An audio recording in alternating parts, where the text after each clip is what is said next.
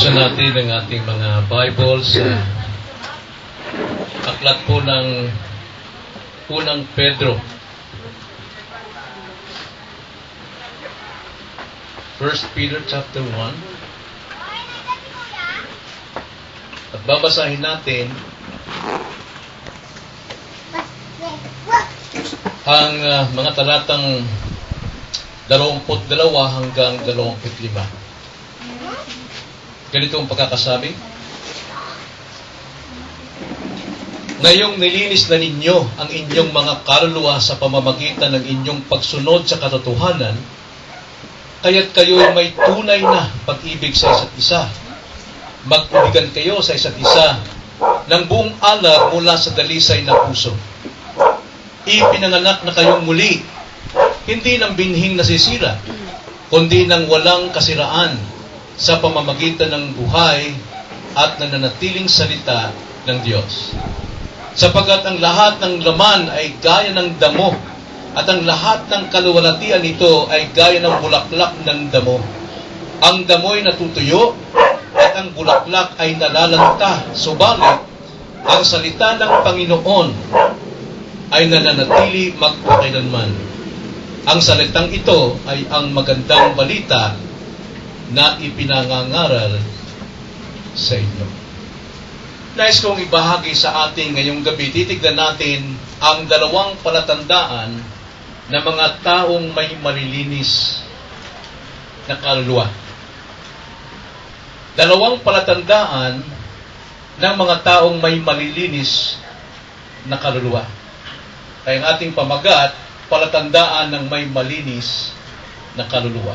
Tayo'y manalangin. Aming inilalapit sa inyo ang aming pong pagbubulay ng inyong salita ngayong gabi, O Diyos. Nawa pagpalain po ninyo kami ng kaunawaan, sapagkat kung wala pong iyong biyaya, maraming kaming pagpapakahulugan sa inyong salita at maaari kaming magkamali at maligaw. Kaya hangad namin ang inyong biyaya na kami pagkalooban ninyo ng tamang unawa, liwanag ng inyong mga salita tungo sa katotohanan na aming pagbubulay-bulay ngayong gabi. Ito pong aming dalangin sa pangalan ng Panginoong Jesus. Amen. Nakaraan ipinakita sa atin na ang mga Kristiyano nakahanda ang kanilang isipan upang isagawa ang kabanalan. At ating natunghayan na ang gawain ng isang Kristiyano upang ang kanyang isipan ihanda sa kabanalan, mayroong tatlong ibinigay sa atin ng banal na kasulatan, verses 13 hanggang 17. Una, dapat sinusupil ng Kristiyano ang kanyang sarili mula sa kanyang lumang pagkatao. Ito ay isang marumi at makasalanan. Ikalawa, pinapakita natin ang paghahanda ng ating isipan tungo sa kabanalan ay dapat maging masunuring mga anak sa Diyos. At hindi lang maging masunurin, kundi nagpapasakop sa Ama bilang anak ng Diyos. At nakaraang Huwebes nakita din natin ang ating katubusan. Ng ating katubusan ay hindi sa pamamagitan ng ginto, hindi sa salapi, kundi sa pamamagitan ng dugo ni Kristo. Ang dugo ni Kristo, kailangan mo na siyang mamatay sa krus, parusahan, dumanas ng matinding mga pag-uusig at kahirapan upang matigis ang kanyang dugo alang-alang sa mga tao ng Diyos upang sila'y matubos.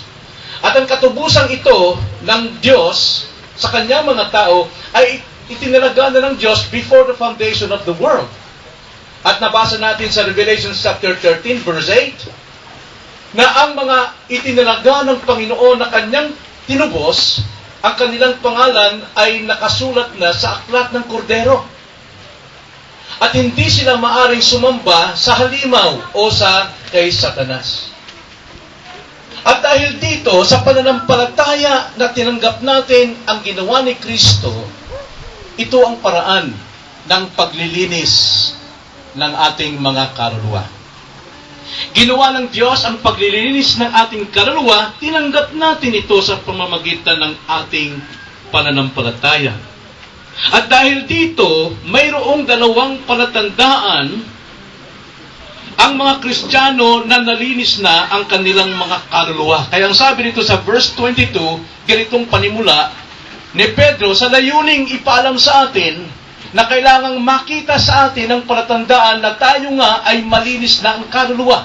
Ang sabi rito, ngayong nilinis na ninyo ang inyong mga kaluluwa sa pamamagitan ng inyong pagsunod sa katotohanan, kaya't kayo'y may tunay na pag-ibig sa isa't isa, mag-ibigan kayo sa isa't isa ng buong alab mula sa dalisay na puso. Ipinanganak na kayong muli. Hindi ng binhing nasisira, kundi ng walang kasiraan sa pamamagitan ng buhay at nananatiling salita ng Diyos. At dito, makita natin ang layunin ni Pedro sa kanyang sulat sa mga Kristiyanong dumadanas ng mga pagsubok ay ipakita sa kanila bilang mga Kristiyano nilinis na ng dugo ni Kristo at nagpakalinis na rin dahil tayo sumampalataya. Dalawang palatandaan. Una, ang isang totoong nalinis na sa kaluluwa, siya ay may tunay na pag-ibig. At ikalawa, ang mga nalinis na sa mga kaluluwa, siya ay may tunay na kapanganakang muli. So tingnan natin una, ang mga nalinis na sa kanilang mga kaluluwa, sila ay may tunay na pag-ibig. Pag-ibig ng Diyos. Ang sabi, ngayong nilinis na ninyo ang inyong mga kaluluwa sa pamamagitan ng inyong pagsunod sa katotohanan, kaya't kayo'y may tunay na pag-ibig sa isa't isa. Yan po ang isang palatandaan ng Kristiyano. Na nalinis ng Diyos at ay nagpakalinis dahil sa ating pagsunod sa Kanyang mga salita. So ang pag-ibig na ito na ating tinanggap, hindi ito ating pag-ibig na natural o ating kinagisnan. Ang pag-ibig na ito ay bunga ng conversion sa atin, bunga ng regeneration. Ito'y kaloob ng Diyos sa atin. Sapagat ang ating likas na pag-ibig ay hindi magagawa ang umibig sa Diyos. Tingnan nyo ang sabi sa Roma, paliwanag ni Pablo kung paano natin natanggap ang pag-ibig na ito. Roma 5:5, ganito ang pagkakasabi. At hindi tayo binibigo ng pag-asa sapagkat ang pag-ibig ng Diyos ay ibinuho sa ating mga puso sa pamamagitan ng Espiritu Santo ay ibinigay sa atin. Ang pag-ibig na ito ay buhat sa Diyos, hindi ito buhat sa ating kalikasan. Hindi ito buhat sa ating kinalakhan, kundi ito ay kaloob ng Diyos sa pamamagitan ng Espiritu Santo. Kailan yon? Ano yung ibig sabihin ng Espiritu Santo? Ito yung kapanganakan muli sa Espiritu. Hindi ito pag-ibig sa laman, gaya ng sinabi sa atin sa ating text. Sa verse 24, lahat ng laman ay gaya ng damo. Ang pag-ibig na taglay ng isang Kristiyanong nalinis sa kanyang kasalanan ay pag-ibig na kaloob ng Diyos at ang pag-ibig na ito ay buhat sa Diyos. Sa mga tweet, ang pag-ibig ng Diyos ay hindi dumidepende sa damdamin. Ang pag-ibig ng Diyos ay hindi batay sa emosyon. Karamihan sa atin kapag tayo umiibig sa isang tao, umiibig tayo dahil nararamdaman natin na siya'y mabuti, mabait, siya ay gwapo, maganda, siya ay mainhin at nakangiti. Bumabatay tayo sa karakter ng tao at damdamin. Hindi yan ang pag-ibig ng Diyos na ibinuhos sa mga puso ng mga Kristiyano. Sapagat ang pag-ibig ng tao o laman ay mayroong tatlong uri. Unang pag-ibig ng tao ay tinatawag na phileo, ang sabi sa Griego. Ang ibig sabihin, yung pag-ibig na phileo, umiibig ka sa iyong kapatid, sa iyong kaibigan, sa iyong maibigang mga bagay, tulad ng aso, tulad ng mga tao, ano pa mga bagay. Phileo ko yun. Dahil nakita mong maganda ang asong ito, sa iyong damdamin, kaibig-ibig siya. At ikalawang pag-ibig na nararamdaman ng mga tao ay ang tinatawag storge. Pag sinabing storge, ito'y pag-ibig sa ating kamag-anakan, kadugo natin eh. At di kaya ating kababayan, kapag tayo napunta sa abroad, alam nyo, lungkot na lungkot ka. At nakita mo may Pilipino at binati mo, kabayan. Pag sinabi, uy, kabayan, ibang klase, nagsusumiklab yung iyong pagmamahal sa iyong kababayan sapagkat nakita mo kababayan eh. So ito'y nababatay sa damdamin, istorge, o di kaya sa iyong mga anak, sa iyong lola, sa iyong kamag-anakan. Kahit na pang 10 henerasyon, pag sinabing kamag-anak tayo, sumisipol yung pag-ibig, damdamin. At ikatlo, na pag-ibig ng tao ay tinatawag na eros. Ibig sabihin, ito yung pag-ibig sa opposite sex. Kung ito'y babae, umiibig ka sa lalaki sapagkat mayroon siyang katangian na nakakaantig ng iyong puso. Puros makadamdamin ito. At ganun din ang mga lalaki, umiibig din sa kapwa lalaki. At ang babae, kapwa umiibig sa babae. Hindi yan pag-ibig ng Diyos sapagkat yan ay nababatay sa emosyon. At nababatay sa katangian na kanyang nakikita. Subalit, mayroong isang pag-ibig na pag-ibig mula sa Diyos na ipinagkaloob sa mga Kristiyano na hindi nababatay sa damdamin. Ang pag-ibig na ito ang nagsusurpass doon sa 3 klaseng pag-ibig ng tao. At ang pag-ibig na ito sa Griego ay agape. Ibig sabihin, God's love. Pag sabing God's love mula sa Diyos, katangian ng Diyos. Kaya minsan sinasabi sa John chapter 4 na ang pag-ibig ay sa Diyos at ang Diyos ay pag-ibig. So therefore, if you love God, you have the kind of love to love God. At hindi mo gagamitin yung pag-ibig mo sa Diyos sa pag-ibig sa tuta, pag-ibig sa iyong kapwa. No. Iba yan sapagkat madamdamin. Ang pag-ibig ng Diyos hindi nababatay sa emotions, kundi nababatay sa will. Kapag ka ikaw ay umibig sa iyong kapatid, hindi baling sa'y pungi, hindi baling sa'y mataba, hindi baling sa'y pandak, hindi baling puto ng kanyang mga paa, hindi nakabatay doon ang iyong pag-ibig, kundi nakabatay sa iyong kalooban na iibigin ko siya kahit ano pa ang kanyang kalagayan.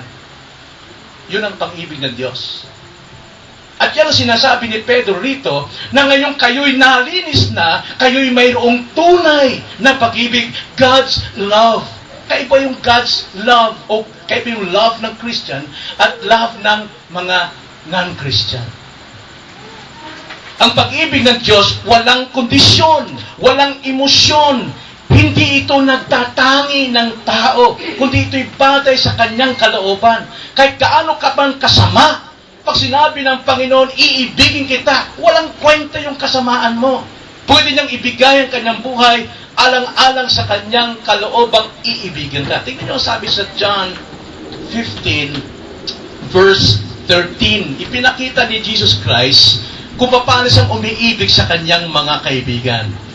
Ang sabi rito sa verse 13, walang may higit pang dakilang pag-ibig kaysa rito, na ibigay ng isang tao ang kanyang buhay dahil sa kanyang mga kaibigan. Na si Kristo, siya'y namatay sa mga makasalanang tulad natin. Tayo'y rebelde sa Panginoon, pero hindi siya bumabatay sa kanyang damdamin. Hindi siya bumabatay sa ating itsura. Hindi siya bumabatay sa ating katangian, kundi bumabatay siya sa kanyang sariling kalooban na ikaw ay aking ibigin at ikaw ay aking kamamatayan. Tingnan niyo ang sabi sa Roma 5:8. Romans chapter 5, verse 8. Ganito ang sabi.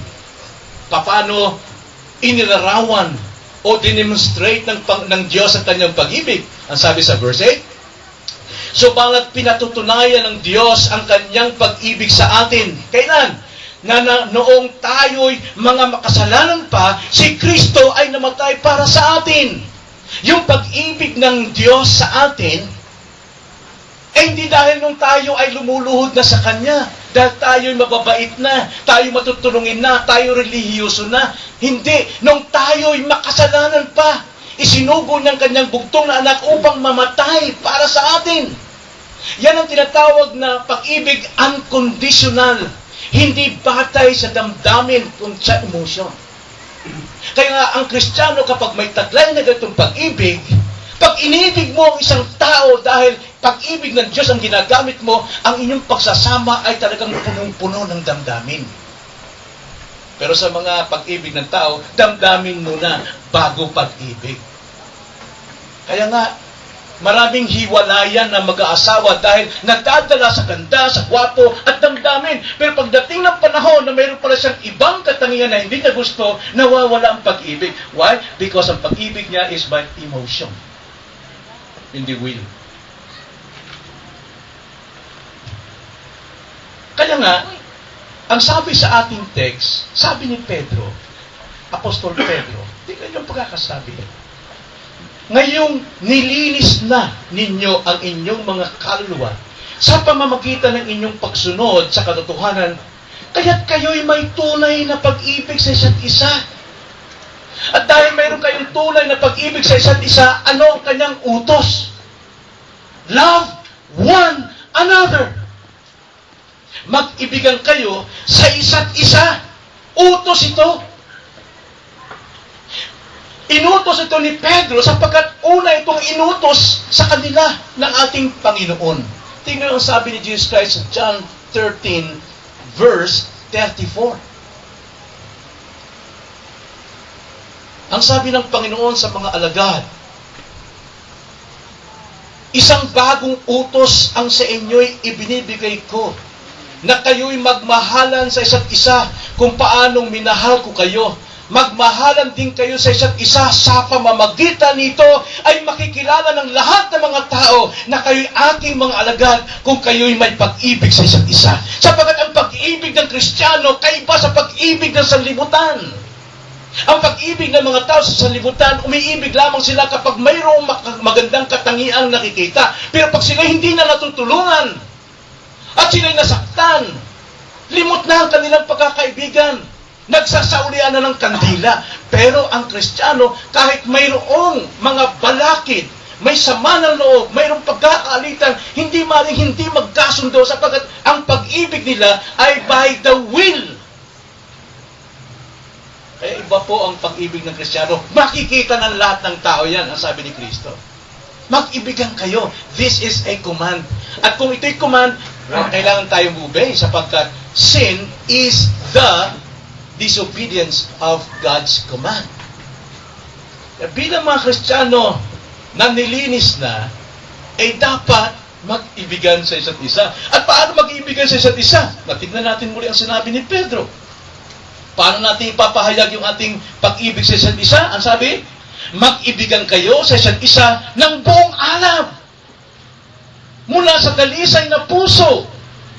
Ibig sabihin po ng buong alab, mga kapatid, nag-aapoy. Mayroon bang apoy na hindi nag-aalab? Nag-aapoy. At paano nag-aalab ang apoy? Kung ito'y iyong binibigyan ng gatong. Habang ginagatungan mo ang apoy, nagliliyab yan. Nakikita ng mga tao. Nagliliwanag ang paligid. Nararamdaman ang init. Pero kapag ka binuhusan ng tubig, ang pag-ibig na ito mula sa Diyos, at binuhusan tayo ng malamig na tubig, ito'y namamatay at nawawala ang alab. Ano yung tubig na yun? Diba? Kapag malamig, kapag ka ikay naniwala sa mga taong malamig ang puso sa pananampalataya, at ikay nadala para kang binuhusan sa iyong init na pag-ibig sa Diyos at sa iyong kapwa, kaya ikay nawawalan na rin ng ganang umibig sa kapwa mananampalataya. Kaya nga sabi sa 1 Corinthians 15:33, bad company corrupts good moral. Sapagkat yung dati mong pag-ibig sa Diyos, ang pag-ibig mo sa gawain ng Diyos, at sa mga bagay sa Diyos, tatalikuran mo dahil iba na ang iniibig mo. Mas iniibig mo yung tubig na bumubuhos sa iyong kainitan. At ang sabi, hindi lang basta pag-ibig na maalam, kundi dalisay na nasa puso. Pag sinabing dalisay, hindi lang basta maanap, kundi hindi mapagkunwari. Maraming umiibig, nagpapakita ng pag-ibig dahil mayroon siyang kailangan. Kaya ang kanyang pag-ibig, pagkukunwari, hypocrites. Naranasan niyo ba yun? Ang bait-bait sa inyo kasi mayroon siyang hangarin na balang araw makinapang siya sa kanyang pagpapakita ng pag-ibig. Pero makikita mo yan sa bandang huli, pagkukunwaring pag-ibig pala yun. Pagkukunwari. Ang totoong pag-ibig, walang panunuhol. Walang pagpapalangis. Walang kondisyon ni hindi naghanap ng sukli sa kanyang ginawa. Kaya nga ang pag-ibig ng Diyos, dalisay na nasa puso ng Kristo. Ganun ba tayo umibig, mga kapatid? O doon sa negative side, mayroon tayong hangarin, kaya kahit na ikaw ay dinagot-dagukan, iibig ka pa rin. Total, temporaryo lang naman, sabi niya. Balang araw, pag nakuha ko ng aking pakinabang, that's it. Magsaulian tayo ng kandila. So makita natin, ng pagiging malinis ng kaluluwa ng isang Kristiyano, meron siyang tunay na pag-ibig. At hindi lang yun. Ang dapat magpalakas sa atin, mag-encourage sa atin, lalo na itong mga Kristiyano rito na pinupugutan ng ulo because of fiery trials, naghiliyab na trials. Binabalatan sila. Paano mapalakas ni Pedro? Sabihin ni Pedro kung ano talaga ang kanilang kalagayan sa harapan ng Diyos. Kaya sabi ni Pedro, kayo'y may tunay na pag-ibig at hindi lang yon, kayo ay totoong naipanganak na muli. Ang isang tunay na nalinis ang puso, may kapanganakang muli. Totoong kapanganakang muli. Ang sabi sa 23, ipinanganak na kayong muli. You have been born again. Not by your natural parents, but by God from above. Kung tawagin born again, meaning begotten from above, isinilang mula sa kapangyarihan sa taas at hindi isinilang sa pamamagitan ng gawa ng tao. Verse 23, ipinanganak na kayong muli, hindi ng binhing nasisira, kundi ng walang kasiraan sa pamamagitan ng buhay at nananatiling salita ng Diyos. Tuloy natin sa 24. Sapagkat ang lahat ng laman ay gaya ng damo, at ang lahat ng kaluwalhatian nito ay gaya ng bulaklak ng damo. Ang damo'y natutuyo, at ang bulaklak ay nalalanta. Subalit, ang salita ng Panginoon ay nananatili magpakailaman. Ang salitang ito ay ang good news, mabuting balita, na ipinangaral sa inyo. Ito pala yun. So dito makikita natin ang dalawang pagkukumpara ng dalawang binhi. So are you familiar sa two kinds of seed? Yes, yun yung ating message last Sunday. The seed of Satan and the seed of the woman. Bakit mayroong ganun? Ganung isa lang naman ang kanyang pinagmulan na magulang. Sapagkat si Eva ay makasalanan. Kaya nga, may lumalabas talaga na binhi ni Satanas, nakakampi ni Satanas, pero nag-intervene ang Panginoon sa buhay ni Eva upang si Eva ay hindi na mananatiling kapanalig ni Satanas. Mayroon ng enmity between Satan and the woman. At mapapansin natin hanggang sa paglating ng Panginoon sa lupang ito, nakikita niya kung sino yung mga binhi ni Satanas, mga Pharisees, mga scribes, at sino yung binhi ng babae, yung mga naghihintay sa kanya long before. Sa prophecy pa lamang. At maging sa ating panahon ngayon, kahit sa bahay, makikita natin ang pagkakaiba. Parehong makasalanan, pero mayroon talagang kontra sa Diyos. Pero mayroon din namang sumasampalataya sa Diyos. Ma-recognize natin ang two kinds of seed. At dito rin pinapakita dito. Nang kapanganakan muli, ay makikita sa magkaibang binhi. Unang-una, binhing nasisira. Ang sabi nito, Ipinanganak na kayong muli, hindi ng binhing nasisira. Incorruptible seed. Hindi sa incorruptible seed kayo ipinanganak muli. Pagka itong sinabing na ito ay nasisira, ibig sabihin ito ay binhi sa laman. Fleshly.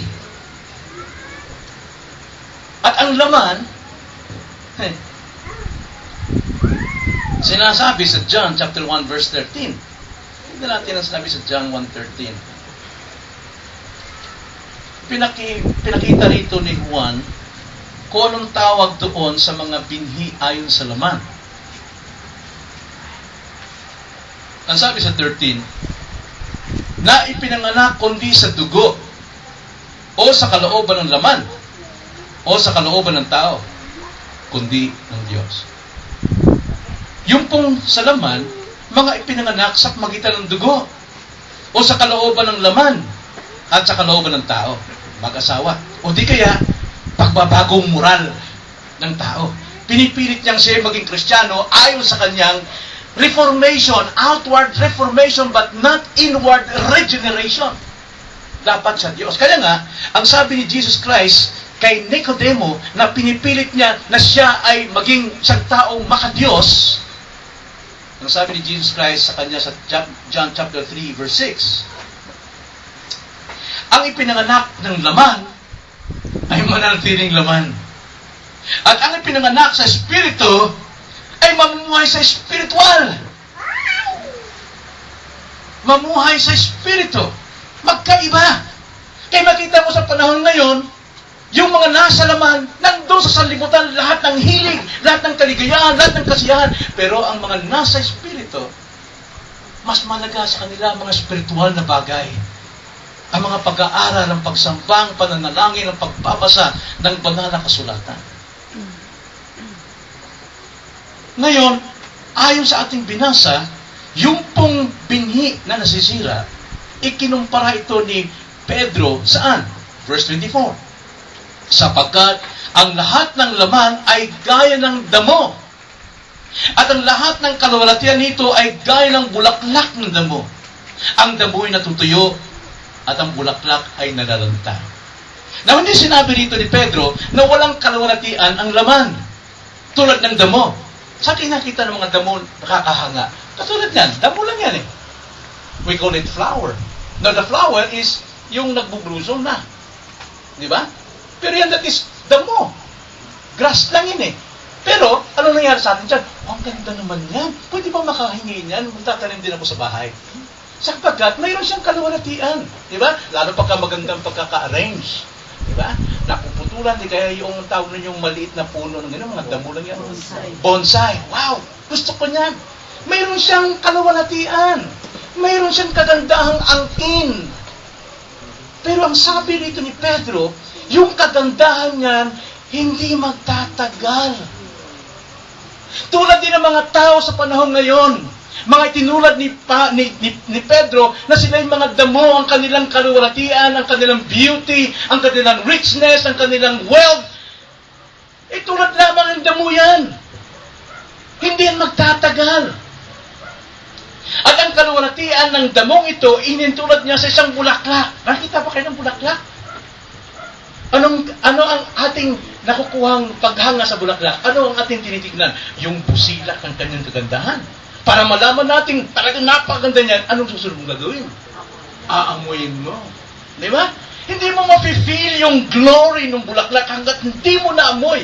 Kailangan yung ganda niya, dapat amoy mo. Ganyan ang mga tao, yaman niya. Kailan tularan ko yung hanap buhay niya para ako yumaman din. Kahit alam nating baluktot at kasalanan at kasamaan yung kanyang pinapasukan dahil nakakaakit ang luwalhati ng laman, pinipilit nila itong abutin. Pero ang sabi sa banal na kasulatan, hindi tumatagal. Ang sabi sa 24, ang damoy natutuyo